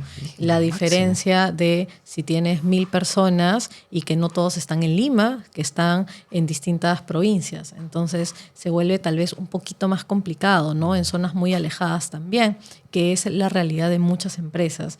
Entonces, depende mucho del contexto. Chévere, te felicito. Y también, en adición, depende mucho del arraigo a la EDD.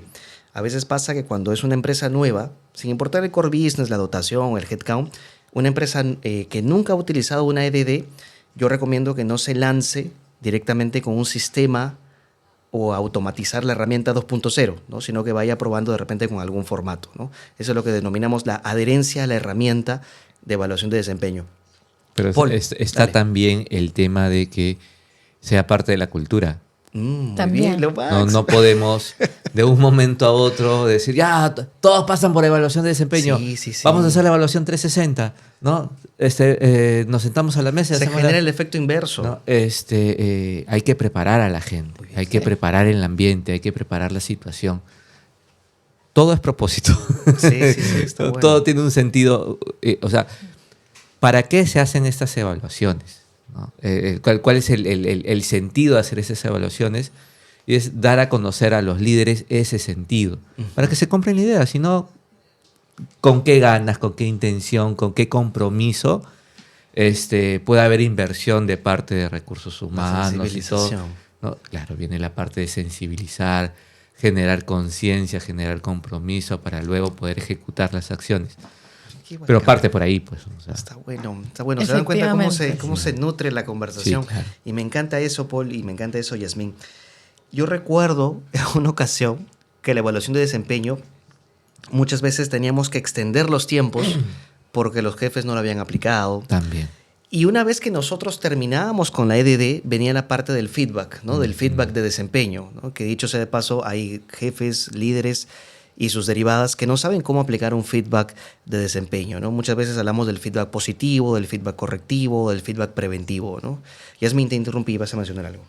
Sí, en realidad, muy buen aporte lo que acabas de mencionar, Paul. También, justo iba a mencionar algo parecido, porque de hecho, claro, de nada sirve, ¿no?, que tú empieces a implementar nuevos procesos si es que no has hecho un trabajo previo, Así es. ¿no?, con tus La pretemporada, colaboradores. ¿no?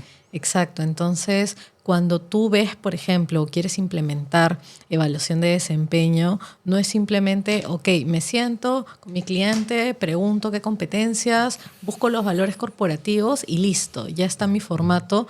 No, sino hay toda una campaña previa de concientización, una campaña previa de formación también. ¿Qué pasa, como tú mismo habías dicho, Paul? Si es que en la empresa nunca han hecho esta evaluación de desempeño y ni siquiera saben lo que es un feedback, ¿no? Entonces, ahí incluso hay un trabajo más profundo para hacer, Sí. porque probablemente ese año no puedas sacar tu evaluación de desempeño. Ese año probablemente te vas a dedicar en capacitar, formar y hacer tal vez hasta un mentoring a los Sí, líderes en cómo dar un feedback, ¿no? Muy bien, muy bien. Entonces, para sintetizar este tracking que forma parte del Employee Journey Map, estamos entendiendo que las EDDs en este caso de 90 grados, 180, 360 o el 9box depende de diversos ingredientes o diversos insumos dentro de la empresa. Por un lado, el tamaño de la dotación, el tamaño del headcount, el arraigo a la herramienta per se, el presupuesto, que es muy importante, saber si tenemos puestos deslocalizados, puestos localinos, metropolitanos o a nivel LATAM o a nivel regional o a nivel nacional. Y algo que mencionó Paul que es muy interesante y es un tema no menor, la frecuencia en la cual se ha utilizado o se ha hecho la EDD última, muy importante. Ahora, yo les pregunto a ustedes, equipo que nos están viendo, equipo que nos están escuchando, ¿cuál utilizan en la empresa? ¿Utilizan la de 90, la de 180, la de 360? Cuéntanos tus casos de éxito, también es muy importante. ¿Utilizas un formato de Excel? ¿Utilizas una herramienta artesanal? ¿O de repente te inclinas por las herramientas 2.0, que ya le tenemos el nombre, Sistema de Evaluación de Desempeño, ¿no? Por ejemplo, RADMI, Mandu, Creana y sus derivadas, que es muy importante. Equipo, para entrar en materia y también ir cerrando el live, y sabemos que tenemos muchos temas que conversar porque estamos hablando del Employee Journey Map ahora. Después del EDD, ¿qué sigue? Después de la evaluación de desempeño, ¿qué sigue? Podemos hablar de repente del plan de reconocimiento, que es algo tan bonito y tan rico. Usualmente, cuando nosotros, por ejemplo, hacemos un plan de reconocimiento, hay que ser muy estratégico, ¿no? Y esto lo digo como anécdota para abrir el diálogo, y te doy el pase, Paul, para que nos cuentes un poquito de tus planes de reconocimiento o de tus estrategias de plan de reconocimiento. Por ejemplo, nunca por nunca hagan un reconocimiento un día viernes, porque usualmente el día sábado y el domingo la gente se pierde, ¿no? Entonces yo recomiendo que si vas a hacer un plan de reconocimiento lo hagas el día martes, para que el día siguiente la gente lo esté comentando o de repente la gente lo esté divulgando, el one-to-one, el boca a boca, el mouth-to-ear dentro de la organización, ¿no? Puede ser un martes o puede ser un jueves. Esa es mi primera recomendación para que hagas un plan de reconocimiento. Mi segunda recomendación es, si vas a hacer un plan de reconocimiento, trata de hacerlo la segunda semana del mes siguiente, en diferido. ¿Por qué? Porque muchas veces tenemos que contar con los insumos, los indicadores y la información que va a alimentar este Hall of Fame o este Salón de la Fama, donde van a estar todas aquellas personas que han cumplido con el reconocimiento. Entonces, ahí, Paul, cuéntanos un poco más cómo se hacen los planes de reconocimiento en tu empresa. A ver, antes de eso quiero revisar algunos puntos importantes. Si bien es cierto, el plan de reconocimiento es lo que se puede ver, ¿no? Lo observable, el momento final, ¿no? La cereza del pastel. Del pastel, ¿no? Pero detrás de eso hay el cómo se construye, si es extrínseco, si es intrínseco. Finalmente saber, y es importante hacernos estas preguntas media filosóficas, saber si ese plan de reconocimiento que tú estás pensando, que quieres implementar o que has implementado, es bien recibido, va a depender del perfil de la gente.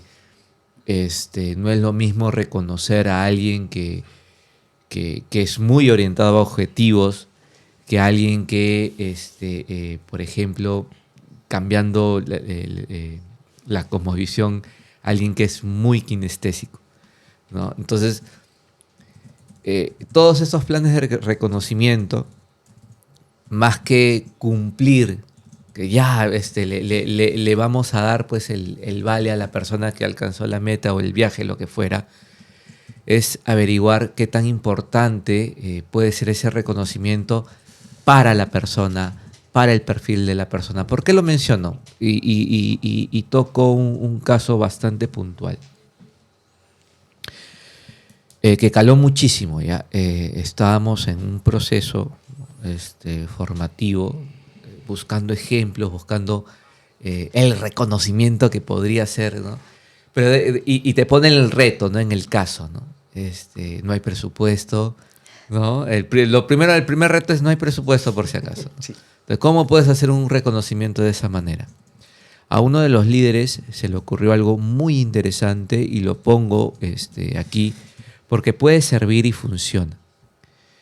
Hizo una carta. Hizo que la carta lo firme el gerente principal, ¿no? de la empresa, y entregó la carta delante de muchas personas al premiado, al que querían reconocer.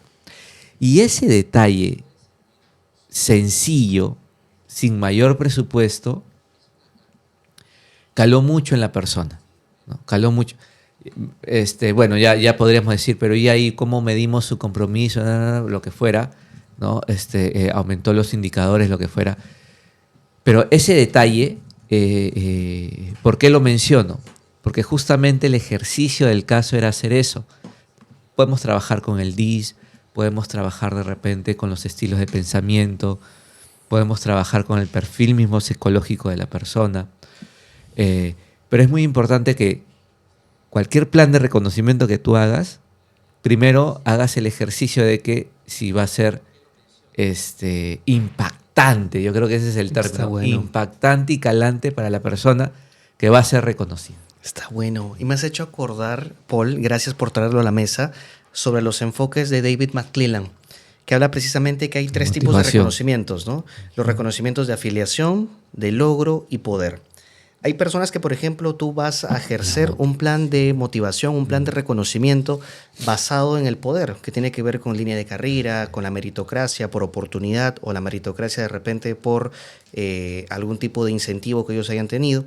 Y tienes otro tipo de reconocimiento que tiene que ver con el logro, ¿no? De repente un certificado, de repente el Salón de la Fama, el colaborador del mes, etcétera, ¿no? Y tenemos otro tipo de reconocimiento que tiene que ver con afiliación, ¿no? Que tiene que ver de repente con la amistad, los amigos, los programas de camaradería y sus derivadas, ¿no? Esos son los estilos de motivación de David McClelland, que es muy bueno, que es afiliación, logro y poder. Todo esto tú lo calendarizas, lo pones en un diagrama de Gantt y vas seteando estas actividades poquito a poquito, pero está muy bueno.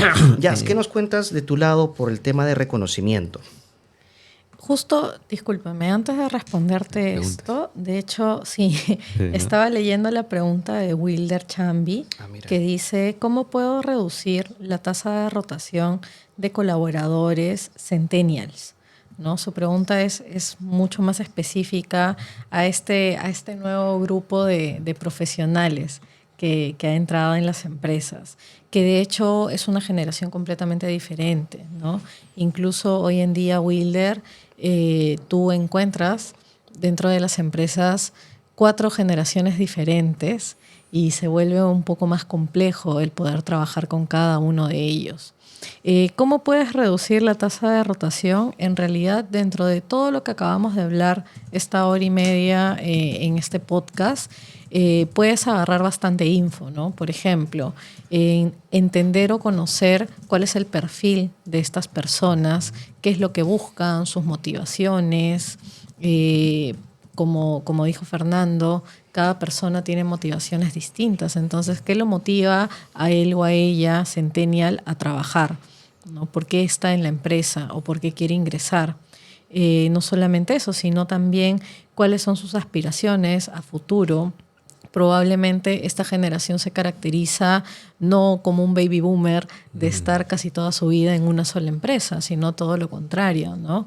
El poder adquirir nuevas experiencias, diversas empresas, ir rotando de empresa en empresa, que claro, tal vez al inicio para una persona que estaba acostumbrado a otra cosa es un poco chocante. Claro. Así es. ¿No?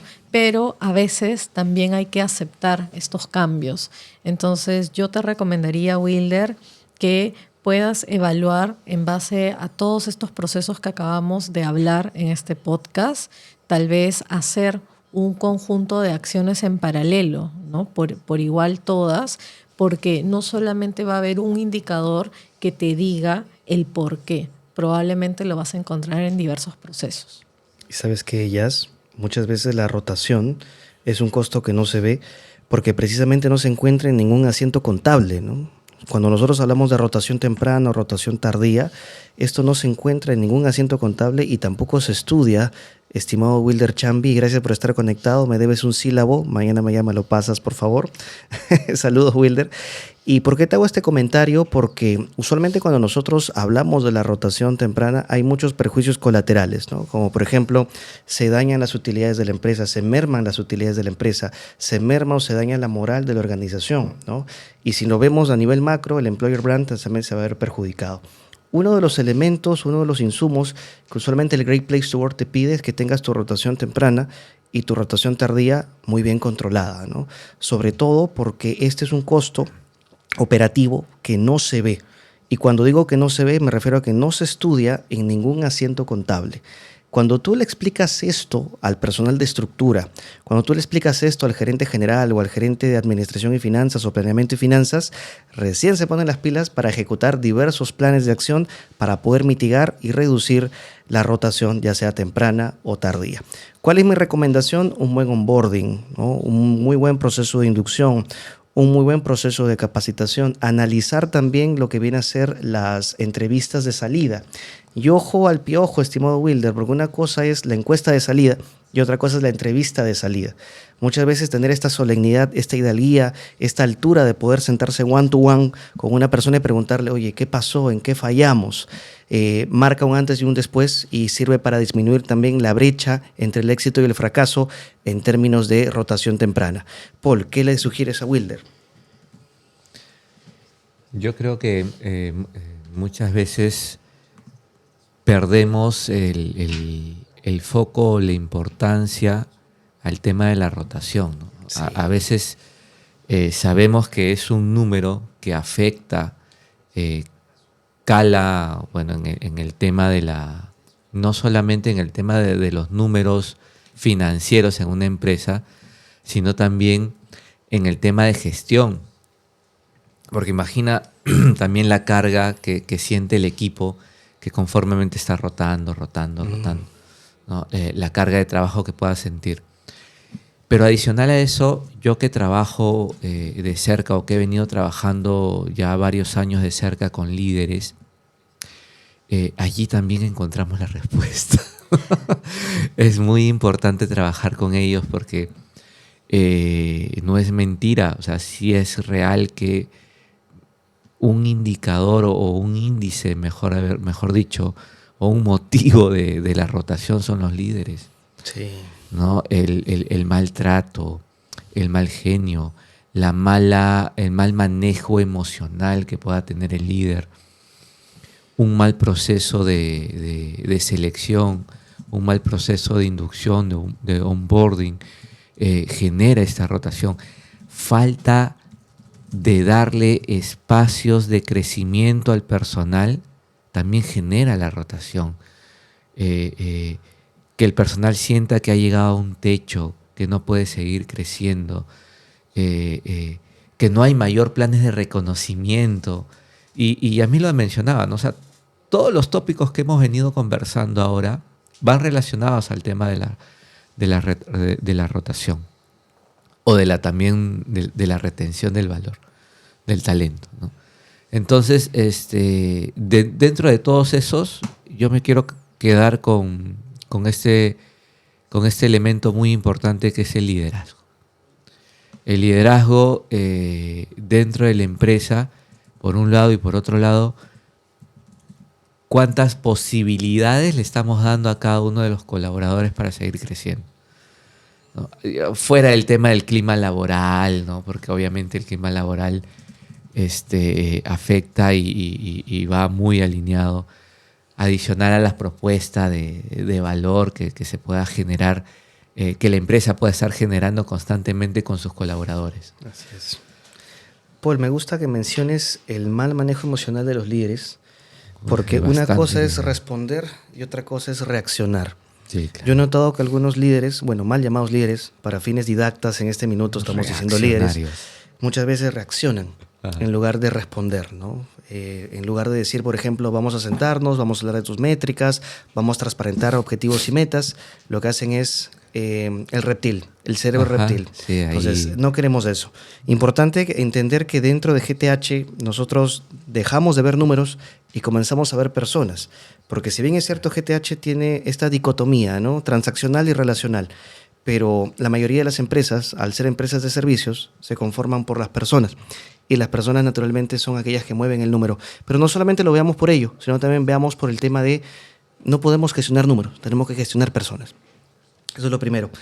Y hablaste algo del clima, que me pareció interesante, ¿no? Ahí vamos. Porque muchas veces las personas, el colaborador per se, no termina de entender el clima laboral, ¿no? Ellos no conocen, a fin de cuentas, el macroclima. Lo que conocen es el microclima. Cuando digo microclima, me refiero al clima laboral que le ofrece su jefe directo. Entonces, hay que entender que, por ejemplo, si en esta ecuación Paul es jefe de área, Fernando es jefe de área y Yasmín es jefe de área, cada uno de ellos fomenta un microclima. La suma de las partes es más grande que el todo. Entonces, dadas las circunstancias, podemos hablar de que al sumar estos 3 microclimas, estamos fomentando un excelente clima laboral. Por eso es muy importante verlo siempre de lo general a lo específico. Pasemos al tema de fondo y gracias a las personas que se están sumando, gracias Wilder por las preguntas, gracias Natalie Alarcón, gracias Ángel Ábalos también por los mensajes a Yasmín. Pasemos ahora a tema de clima y a tema de cultura y cerremos después con el tema de líneas de carrera, ya sea líneas de carrera por meritocracia o líneas de carrera por oportunidad. Sobre temas de clima y cultura. Hoy por hoy sabemos que la cultura es el ADN de la empresa y el clima es lo que percibe la organización. Pero Yasmín, ¿qué nos puedes comentar al respecto? Sí, justo para responderte la pregunta, Fernando, y de paso responder la pregunta de Ángel. Hola Ángel, gracias por tu pregunta. De hecho, justo Ángel dice, ¿no? ¿Cuáles serían las principales recomendaciones para el desarrollo de personal? Y el desarrollo tiene que ver mucho con clima, tiene que ver mucho con cultura, tiene que ver mucho con el proceso de desempeño, también de evaluación de desempeño, porque todo está interconectado, todo está relacionado. ¿Cuáles serían mis principales recomendaciones? Que cuando una persona vea desarrollo, no solamente se enfoque en evaluar a una persona, o no solamente se enfoque en crear una evaluación o un formato o una encuesta, sino también enfocarse en la cultura, ¿no? Porque en base a estos resultados que tengas, tú vas a poder empezar a ver qué cosas puedes ir trabajando en base a la cultura de la empresa, incluso en base a qué tanto feedback se da entre los líderes con su equipo y el equipo hacia sus líderes también. Eso es importante. Depende mucho de cómo tú quieras enfocar la cultura de la empresa, ¿no? El clima de la empresa, eso impacta netamente en el desarrollo de las personas y de los colaboradores. Entonces, muchas veces cuando un área, si es que en el caso de esa empresa, el área está dividida, ¿no? Y tienes una persona que solamente se encarga de evaluación de desempeño, definitivamente va a trabajar mucho con las otras personas que vean clima, cultura y capacitación también, ¿no? Porque justamente mi trabajo no solo empieza y termina creando el formato y haciendo seguimiento porque todos hayan cumplido con la evaluación, sino que continúa en base a los resultados y el seguimiento que yo vaya a hacer y sobre todo los planes de acción que yo vaya a tener. Y es muy probable que los planes de acción que yo haga estén relacionados a algunas personas, a algunas áreas y también a toda la empresa. Buenísimo, buenísimo, buenísimo. Buenísimo. Y gracias también al joven Ábalos por haber ayudado con la pregunta. Miren, vamos a hacer un resumen de lo que estamos viendo hasta el momento, si les parece. Y después de esto cerramos este podcast con un tema no menor que tiene que ver con línea de carrera, y creo que con lo que ha mencionado Yasmín sobre clima y cultura es muy abarcativo. De momento estamos hablando sobre todo el ciclo de vida y todo el tracking por el cual vive nuestro cliente interno.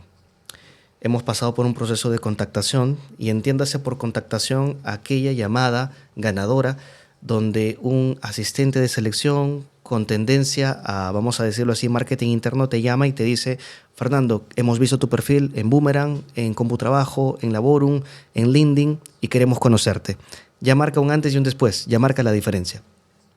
Hemos hablado también de reclutamiento, porque sabemos que existen diversos mecanismos, diversos motores de búsqueda para hoy por hoy identificar el talento, pero sobre todo atraer talento. Y ya sabemos que hay una diferencia de base, ¿no? Desde la época industrial a la época 2.0, donde hoy por hoy se busca atraer talento a través del desarrollo de un employer brand. Hemos visto también la parte de selección, ¿no? Pruebas psicométricas, pruebas de repente proyectivas, pruebas que permitan identificar los mejores skills y el mejor talento para que forme parte de la organización. Y hemos visto también que dentro del proceso de Employee Journey Map es muy importante que exista una relación entre selección y capacitación, porque a veces estas áreas, al estar divididas, generan como una especie de brecha. Dentro de capacitación sabemos que existe por un lado capacitación operativa y por otro lado capacitación y desarrollo organizacional. Sabemos que existe capacitación inicial, sabemos que existe capacitación continua, y sabemos también que dentro de estos procesos de capacitación es muy importante tangibilizar lo intangible. Cuando hablamos de esto, hablamos de indicadores, hablamos de KPIs, hablamos de métricas que permitan tener trazabilidad y saber que las acciones formativas están teniendo impacto en la empresa. Hemos pasado también por el tema del plan de reconocimiento, donde Paul mencionó que es muy importante identificar qué es lo que le motiva al colaborador, porque no podemos utilizar estímulos de manera indiscriminada. Hay estímulos de afiliación, hay estímulos de logro, hay estímulos de poder. Yo recuerdo en una ocasión que se me acerca un compañero y me dice: Fernando, hoy es el cumpleaños de Juanita, vamos a hacerle algún tipo de celebración. Inmediatamente ya sabes que a esta persona le motiva la afiliación, ¿no? A veces existen personas que no quieren ascender, no quieren línea de carrera. Tú les ofreces línea de carrera, les dices: oye, dentro de la intranet se ha habilitado un puesto. Pero las personas dicen: no, estoy tranquilo como estoy, ¿no? Estoy en mi zona de confort, lo cual es también lícito. Esta persona no le motivaría la línea de carrera, de repente le motiva algún tipo de esquema remunerativo o es concepto remunerativo. Hemos visto también que dentro de la parte de clima y cultura hay dos diferencias de base, ¿no? Lo que tiene que ver con la cultura es el ADN de la empresa. No es lo mismo trabajar en una empresa privada, que se rige de repente con un decreto legislativo 276, que de repente hacerlo en una empresa privada, ¿no? Que tiene otro tipo de legislación. Muy importante entender también que dentro de las evaluaciones de desempeño que hemos tocado, lo hacemos porque queremos tomar de las mejores decisiones. Hay una ecuación muy bonita. Los datos se convierten en información y la información se convierte en toma de decisiones. Y por último, el tema de fondo, que es un tema muy rico y es un tema no menor: línea de carrera. Y Paul, yo creo que tú eres el especialista para hablarnos de eso. Conozco tu trayectoria y he visto que dentro del SEC y dentro de otras organizaciones buscas siempre estos planes de sucesión y siempre capacitas a las personas para que ejerzan el cargo y tengan las mejores habilidades para poder hacerlo. Cuéntanos un poquito. Quiero empezar con una frase que es muy sonada, ¿no? Uno mide su nivel de liderazgo cuando forma a otros líderes, ¿no? Y es más, cuando a mí me ha tocado la oportunidad, estas dos sensaciones, ¿no? Cuando me ha tocado la oportunidad de que me ha llamado gente del área de selección preguntándome referencias, ¿no? Sí. por alguna persona que en algún momento coincidió conmigo y colaboró conmigo en un mismo equipo. Y por otro lado, cuando veo que esta persona ya lidera un equipo, fue nombrada de repente coordinador, gerente regional o de sede, lo que fuera, ese detalle me dice que esta frase no está muerta, ¿no? Justamente tu capacidad de liderazgo se mide con esa capacidad que tienes de formar otros líderes.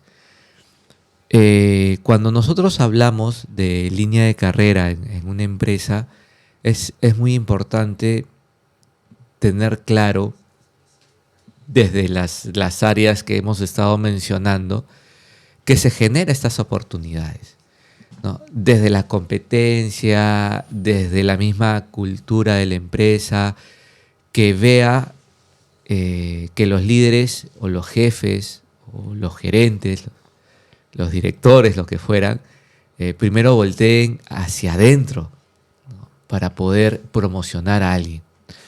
Y aquí hay un dato que quiero resaltar, que va muy de la mano con las nuevas generaciones, porque se está evidenciando una escasez de liderazgo. Sí. Entonces, esta brecha ya de las personas que sienten que van llegando de repente por la edad o por otros detalles existenciales a cierto ya, digamos, techo o nivel en su liderazgo y jerarquía dentro de una empresa, y quiere ver hacia los costados, hacia atrás, hacia abajo, lo que fuera, para ver estas sucesiones, y no encuentra los líderes. ¿Pero por qué ocurre esto? ¿Por qué ocurre? Y aquí, Fernando, Yasmín, lanzo la pregunta, ¿no? ¿Por qué ocurren estos detalles?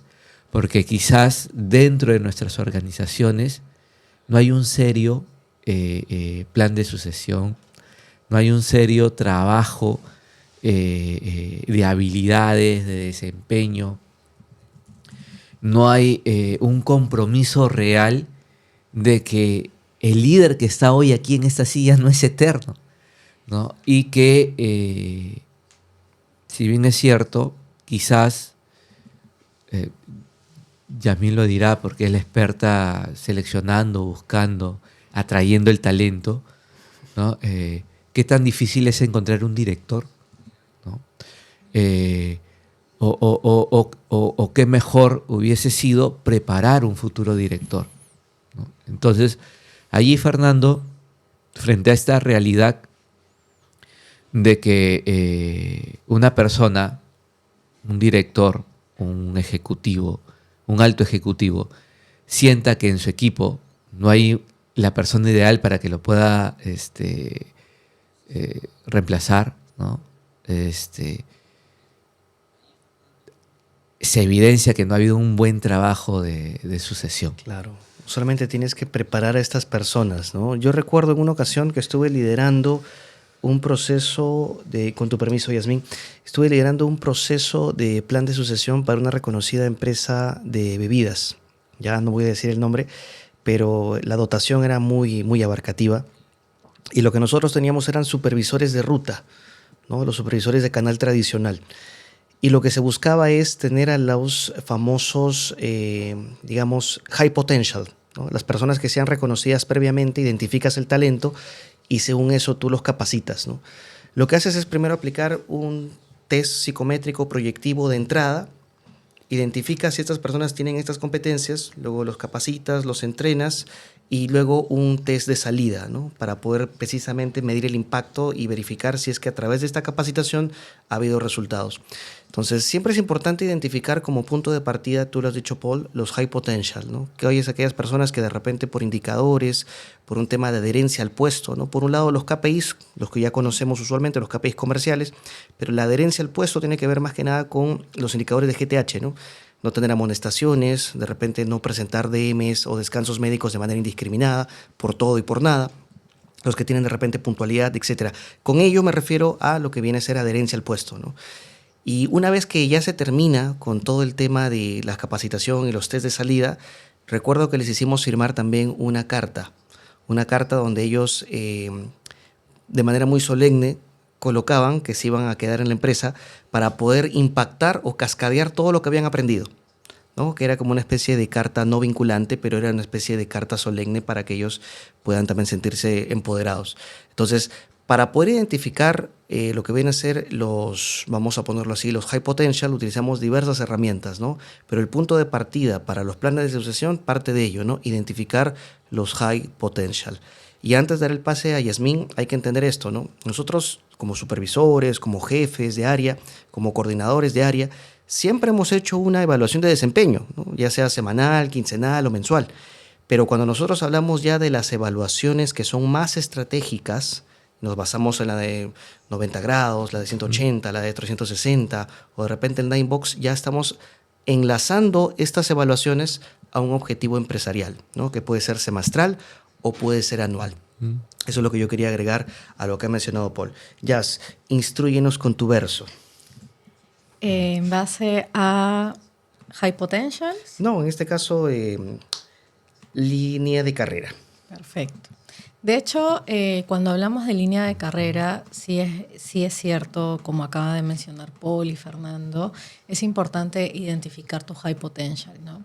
¿Qué pasa, como mencionaste, Paul, si no hay, ¿no? Si no tienes estos high potential o si consideras de que estas personas que te gustaría, ¿no?, que sean tus sucesores, todavía les falta mucho, ¿no? ¿Qué pasa en ese caso? Entonces ahí es cuando de hecho es importante trabajar a futuro, ¿no? Porque como tú bien dices, los líderes no son eternos. Es importante entonces ver en paralelo dos aspectos. Uno, trabajar con los high potential ya identificados, ¿no? Tal vez conversar ya con ellos si es que ya se tiene una plaza o si ves que se va a tener una plaza a corto plazo, pero en paralelo también ir trabajando a futuro con las otras personas que tú consideras que sí tienen aptitudes y actitudes para poder ascender y para poder asumir más responsabilidades, pero que también esté alineado, porque sí es importante, que esté alineado con lo que esta persona busca, ¿no? Porque tú puedes haber mapeado 20 high potential, pero de esos 20, realmente solo 5 quieren permanecer en la empresa y quieren hacer línea de carrera en la empresa y los demás no. Los demás quieren conocer tal vez otros rubros, quieren experimentar tal vez en otras áreas, etc. Entonces, también no solamente es importante identificar, evaluar, desarrollar, sino también ver si es que las otras personas están alineadas con tu visión, ¿no? Con esta visión a futuro. Lo máximo. Gracias, Yasmín. Gracias, Paul. Sin querer se han pasado cerca de 2 horas y ha sido muy fructificante. Yo agradezco a las personas que se han mantenido conectadas en el live. A veces es, digamos, maratónico, por así decirlo, pero conversando es, digamos, mucho más amigable. Yo quiero cerrar esta sesión sin, digamos, haciendo mucho énfasis en el tema de fondo que tiene que ver con capacitación y desarrollo organizacional. Hay una pregunta que nos llega a la interna de Carla Arana. ¿Cómo se fasea un proceso de capacitación y desarrollo exitoso? Usualmente nosotros siempre que hacemos un proceso de capacitación lo faseamos o lo clusterizamos en 3 enfoques, ¿no? El enfoque PMO, que viene a ser planificación, ejecución y seguimiento. Cuando hablamos de planificación nos referimos a todo el DNC, el diagnóstico de la necesidad formativa, si es un tema de habilidad, si es un tema de conocimiento, si es un tema de actitud. También existe un plan de comunicación. También hay que adaptar la capacitación al core de negocio, ¿no? Hay que adaptar la capacitación también al headcount. No todas las personas, por ejemplo, que trabajan en ruta van a tener la predisposición de acudir a un aula. De repente tenemos que hacer la capacitación a través de un LMS o de repente utilizando la metodología Blended Learning. Entonces, todo esto lo abarcamos dentro de la fase de planificación. También es muy importante que en esta fase podamos identificar cuáles son los KPIs o los indicadores que vamos a golpear. Es sobre todo lo más importante. Luego ya vendría el plan de comunicación, contar con la venia o contar de repente con el backup o la patadita de algún gerente o algún jefe comercial que nos pueda apoyar para que la capacitación sea mucho más abarcativa. Luego ya vendría la ejecución. Y hablar de capacitación también implica que nuestros despliegues sean prácticos, lúdicos, vivenciales, sean experienciales. Hoy por hoy la gente aprende jugando. No obstante, no debemos perder siempre el enfoque porque dictar una capacitación, desplegar una capacitación siempre tiene una tratativa muy solemne. Dejar entregables, de repente dejar algún tipo de actividad para que trabajen en grupo. Este mismo enfoque de David McClelland de afiliación, logro y poder lo podemos impactar también en la capacitación, nombrar un delegado, poder generar grupos, afiliación, premiar a alguna persona, logro, ¿no? Siempre es muy importante, recuerden que la ejecución sea práctica, lúdica y vivencial. Y por último vendría el seguimiento. El seguimiento tendría que ver ya con el informe de perspectiva, verificar que todas las personas cumplan con los entregables, revisar los indicadores de la plataforma LMS para saber qué personas han ingresado a la plataforma en cierta cantidad de horas, verificar los umbrales de aprobación. Si hay alguna persona que no aprobó el despliegue per se, hacer un repechaje también, ¿no? Muy importante. Entonces, todo esto va involucrado dentro de la parte de seguimiento con las acciones complementarias. Eso es lo que yo quería comentar y sobre todo muy importante entender equipo y a las personas que nos siguen hasta el momento que dentro de capacitación tenemos que tangibilizar lo intangible. ¿Qué significa esto? Significa que no solamente basarnos en la subjetividad, sino también enfocarnos a indicadores, métricas y KPIs. Ojo, sin dejar de ver personas. O sea, no solamente hay que ver números, sino también hay que ver personas. Eso es lo que yo quería decir y gracias a todas las personas que se han podido sumar a este live. Mi nombre es Fernando Carranza, nos acompañó Yasmín Reaño y nos acompañó Paul Rosas. Con mucho gusto. Hasta luego, equipo. Gracias. Nos vemos. Cuídense. Hasta luego, gracias. Gracias, nos vemos.